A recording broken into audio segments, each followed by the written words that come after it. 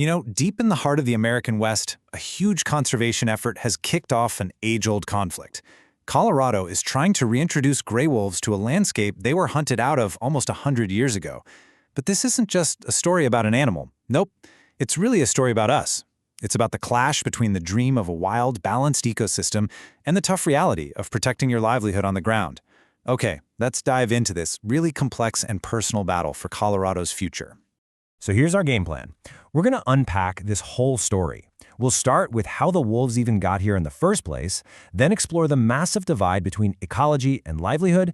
We'll get into why the program was suddenly put on pause, look at the new strategies they're trying out for coexistence, and finally, we'll weigh the big factors that are going to decide this unwritten final chapter. All right, first up, how did we even get here?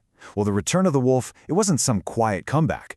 It was the result of one of the most divisive environmental votes in the state's entire history, and it set the stage for one heck of a dramatic and challenging reintroduction. And this, right here, this is the heart of the whole thing. For some people, bringing back an apex predator is like the ultimate win for ecological restoration, a chance to heal a landscape. But for others, especially the ranching families who've worked this land for generations, it feels like an immediate and very real threat to their economic survival. Those two truths are happening at the same time in the same place. And that is what makes this so explosive. Let's just walk through the timeline. After being totally wiped out by the 1940s, the idea of bringing them back just kind of simmered for decades. Then, in November 2020, it all came to a head with Proposition 114. And look at that vote. It passed by a razor-thin margin. That tells you just how divided the state was. The first wolves hit the ground in December 2023. But in just over 2 years, by early 2026, the state had to slam on the brakes on the whole operation. This deep division really creates what you could call a tale of two Colorados. Seriously, this isn't just a debate about wildlife policy. It's a fundamental clash of values, pitting the vision of a restored wild ecosystem against the preservation of a rural way of life. On one side, you have the dream of ecological restoration. The folks who support this see the wolf as a keystone species, the missing puzzle piece that can rebalance the entire natural order. But on the other side, you have the day-to-day reality of rural communities. For them, the wolf isn't some beautiful symbol. It's a new, dangerous variable and an already tough business, a predator that threatens their animals and their heritage. Now, the scientific argument for all of this hangs on a concept called a trophic cascade. The idea is that bringing back a top predator, like the wolf, doesn't just affect the animals it eats. It actually sets off a chain reaction, a ripple effect, that can reshape the entire landscape, from the plants on the ground to the actual course of rivers. It's a pretty wild idea. The classic example everyone points to is the Yellowstone effect. The theory is pretty cool. Wolves prey on elk, which not only brings down their numbers, but it changes how they act. The elk get nervous, they stop hanging out in the open valleys all day. This lets plants like aspen and willow, which were getting eaten down to nothing, recover. Healthier plants mean more birds and beaver dams create new habitats. You see how it all connects? It's a great story. But, I should say, some recent science has started to question if it's really that simple, suggesting that things like climate change might be playing an even bigger role. So the reality is probably way more complex than that simple cause and effect story. But for the people who are actually living with the wolves, the story is, well, it's a lot less romantic. This quote from Carly Currier at the Colorado Farm Bureau really captures that deep frustration. Ranchers feel like they're the ones paying the price for a decision made mostly by city voters, a decision that they feel just didn't grasp the consequences on the ground. And you can see that price right here.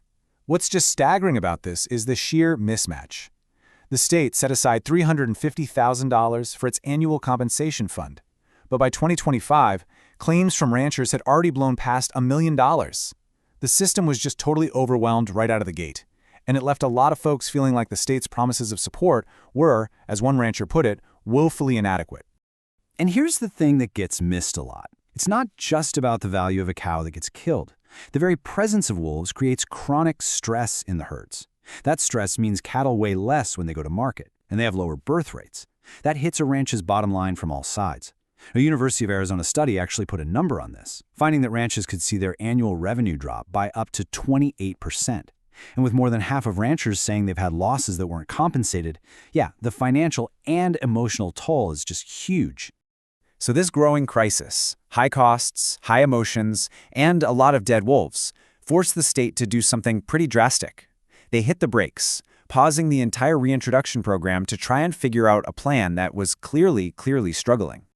So, the big question is, what pushed them to this point? Why would you halt a program that was mandated by voters and had only just gotten started? Well, it wasn't just one thing. It was really a cascade of problems that just became too big to ignore. It really starts with this number, 11. Of the first 25 wolves released into Colorado, 11 of them were dead by early 2026. I mean, that is a staggering mortality rate. When a population is this small, losing even one animal is a big deal. Losing almost half puts the whole goal of a self-sustaining population at really high risk. So you've got the high wolf mortality. Then, like we saw, the compensation fund was just completely drained. On top of that, the U.S. Fish and Wildlife Service started putting on some federal pressure, asking for more data, more oversight.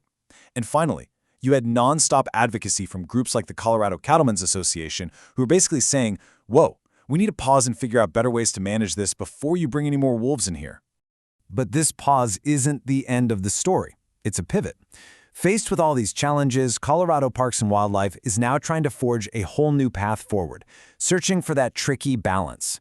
They're shifting their focus from just releasing wolves to actively building a system for managing conflict. They're calling it the Coexistence Toolkit. The whole idea behind this toolbox is pretty simple. Let's prioritize methods that can protect livestock without having to kill wolves. It's an attempt to find that middle ground, right? A way for ranching and rewilding to exist on the same landscape. It's all about giving ranchers the tools to be proactive, not just reactive. And they're not just talking about it, they're taking real, concrete steps. They're stockpiling a bunch of non-lethal tools. They're expanding the Range Rider program, which basically puts more people on the landscape to scare wolves away. They're hiring specialists to get out there and investigate livestock losses faster. And they've done hundreds of on-site visits to help ranchers wolf-proof their operations.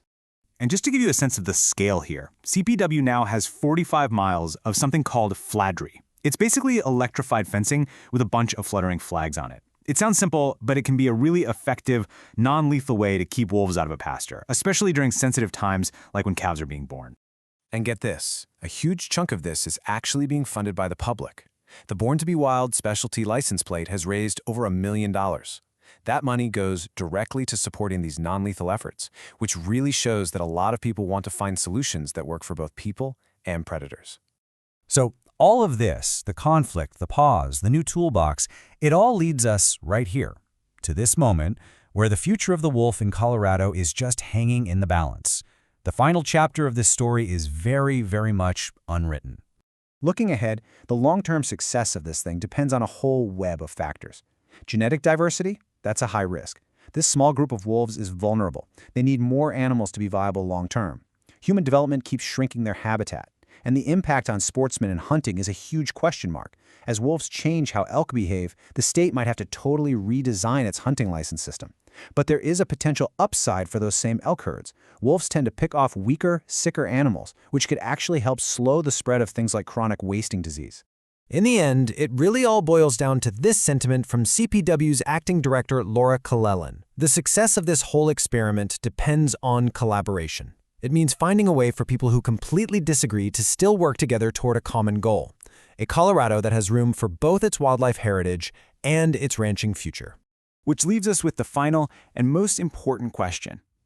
Can Colorado innovate and write a totally new story for how humans and apex predators can live together in the 21st century?